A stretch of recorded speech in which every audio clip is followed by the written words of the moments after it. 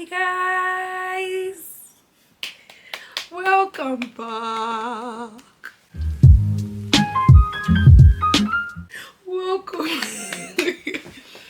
See, I see. I am finally going to agree that I am the most unserious YouTuber you can ever find in this world. I will pretty much tease you with maybe like one or two videos, then give you a disappearing act and just disappear from yeah. But honestly, I think this time around I have a good reason for disappearing on you guys. I currently moved countries. In fact, I moved continents. I moved from Nigeria to, wait, is it UK and Europe? I think they moved, right? But where are they now? Anyways, I'm currently in the UK doing my MBA at a very cool school. It's called Ravensbourne University. And why did I decide to do my MBA? I could easily tell you guys the answers I gave when I was doing my interview, but honestly, I think that, when I don't know the term, is it crescendo? When you get to some point in your career and you're like, I think I need to make some kind of move. Obviously, I could get a certification, I could have done something else, but I decided that I'm ready to try something else. Honestly, anybody that knows me knows that I don't like school, but I might as well just go and get this certificate. And I'm of the opinion that if there's anything that's going to help my career boost, when my name is brought up in a room, I want to try as much as possible to have ticked all the necessary boxes. If it's experience, I've gotten that. If it's school, a certification, maybe masters or whatever, I have done that, so that my experience and my background and certification and everything can speak for me. I just want to make sure I ticked all those boxes. But yes, my school is in London. Why did I choose London? I don't know, because London is hell. Everything is expensive. Houses, the real estate economy in this place. Hey Jesus, it's a matter of you snooze you lose. It's a lot. But yeah, for the past 1 month, I think it's officially 1 month and like 6 days I've been in London. Finally got in a place because I had to stay with a friend for a while before I could get a place. Like 1 minute I'll see a house, I'm like, hello, I like this place. You're like, okay, when can you come? I'm like, tomorrow. And they're like, oh sorry, someone has taken it. Or I'll get to the door of the house and they're like, ish, sorry, someone just took it. I'm like, you guys are playing with me right now. But where I got, it was just God. I thank God for it. It's just shared apartment, but yeah, it's my home. Maybe I will do a tiny tour of my tiny little room, maybe not, but yes. So this video is going to be a short and sweet video. I've decided that I want to do a video of some of the culture shocks I've experienced in the past 1 month I've been here. I'm thinking of, even because I have school tomorrow, probably even take my camera to school and ask my classmates to what culture shocks they've experienced. Because in my class, I don't think we even have a Caucasian person in my class. It's mostly Indians, Nepalis, Nigerians. Oh, we have a Russian in my class. I think is this someone from Sri Lanka, a couple of us, but there's no Caucasian person. It's really weird. I don't know if it's because of the session we came in, because we're the main intake and we're not a lot. But yeah, so I'm going to take you through some of the culture shocks I've experienced while being in the UK, in the London town, especially London. So the first thing is, guys, when they say something is turning on your own, the weather in this city, in fact in this country, let me just use London because that's the only place I've been for now. The weather in this city is turning on its own. Today you could get very hot and you're like, oh, tomorrow I'll wear all this shirt. If you make the mistake of wearing shirt, that's the kind of cold that will catch you, oh my god. Or you go out in the morning, it's warm, in the afternoon it's cold, in the in the evening it's like drizzling or raining, and at night it's very cold or very hot. It's like, see, there's one mantra I have: never underestimate the weather in London. So I always have a sweater, even if I wear a shirt, a sleeveless shirt, or maybe a tiny cup hand shirt. always have a sweater. I don't want to be caught on fresh and cold. So yeah, that's one. Another thing, they said that the UK is quiet, UK people are quiet, but guys, so when I was staying with my friend, we're staying in IG, so it's I stayed in Ilford, and there were a lot of colored people there. I'm not calling country before I get cancelled, but there were a lot of people there, and it was noisy. I'm thinking maybe because the apartment was like close to the roadside, but guys, from honking bang, bang, bang, for no reason, to even the police bikes, I want to call it Okada or motorcycle or whatever they want to call that, but all of that. Jesus, headache. It was so noisy. Just see somebody to just carry a speaker and stand in front of a shop and just start dancing for no reason, and even the dance is not even entertaining. But I'm like, do you, boo, whatever. Guys, another thing, in London, you go waka. You're gonna be walking, guys. You are going to walk. See, you if you don't like to walk, oh my god, I've been having ankle sprains since I came here. I think that it's a mixture of me walking for so long and also my shoes, because for my sneakers I don't tend to buy my size, so I use 38, 39, but I tend to buy 40, 41 because my leg swells when I'm not moving or I'm inactive.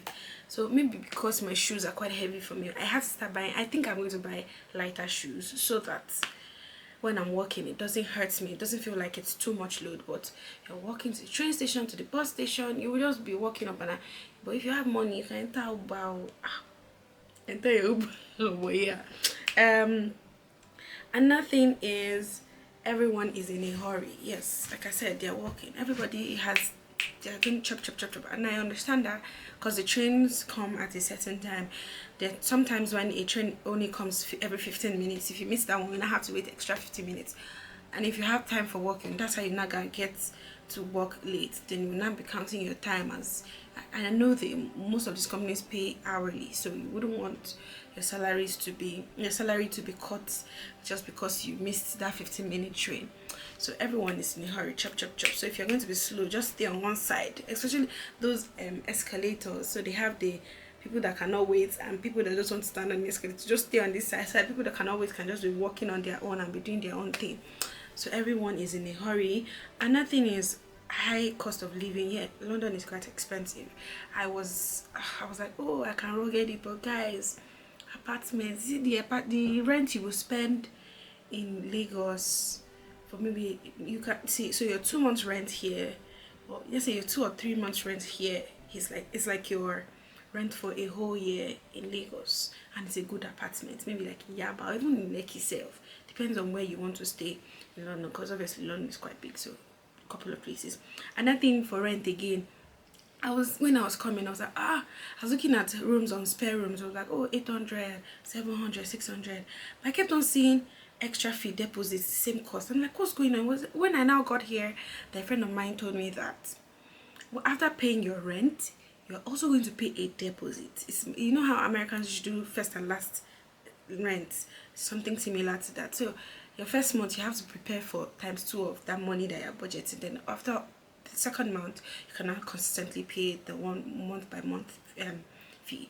Also, that money that you paid for deposit, I see it as like your caution fee or something like that. So when you're leaving, they would give you back your money. But also it's dependent on if you've not spoiled anything in the house, or if you're not owing on rent. So I'm guessing it's like a security bill in case you default on your rent, or maybe you spoil something in the house, so that covers it. Also, people here like to drink tap water. I tried that the first week I came here, but guy, I've suffered from typhoid in Lagos, Nigeria. I'm not about to stress myself. So me, I buy, is it spring or still water? I don't know what those things are called, but I buy bottled water, sha. Because the water here, they said it's clean. I agree that it's clean, but there's just this taste. As the Nigerian in me does not trust that taste, so I tend not to drink the tap water. There are no ceiling fans and no ACs here, and I totally understand that because most of the time it is cold in this country. But because summer's coming, guys, I got a fan. I cannot stress me. I get hot easily, so I got a fan. But yeah, there's really no need for any AC self, to be honest, because after 2 or 3 months, let's say 2 months of summer, you're going into spring. Is it spring or fall? Spring, fall, I think it's fall, I'm not sure, I forget what the weathers are called. But yeah, it begins to get windy and cold, so there's really no need for all of that.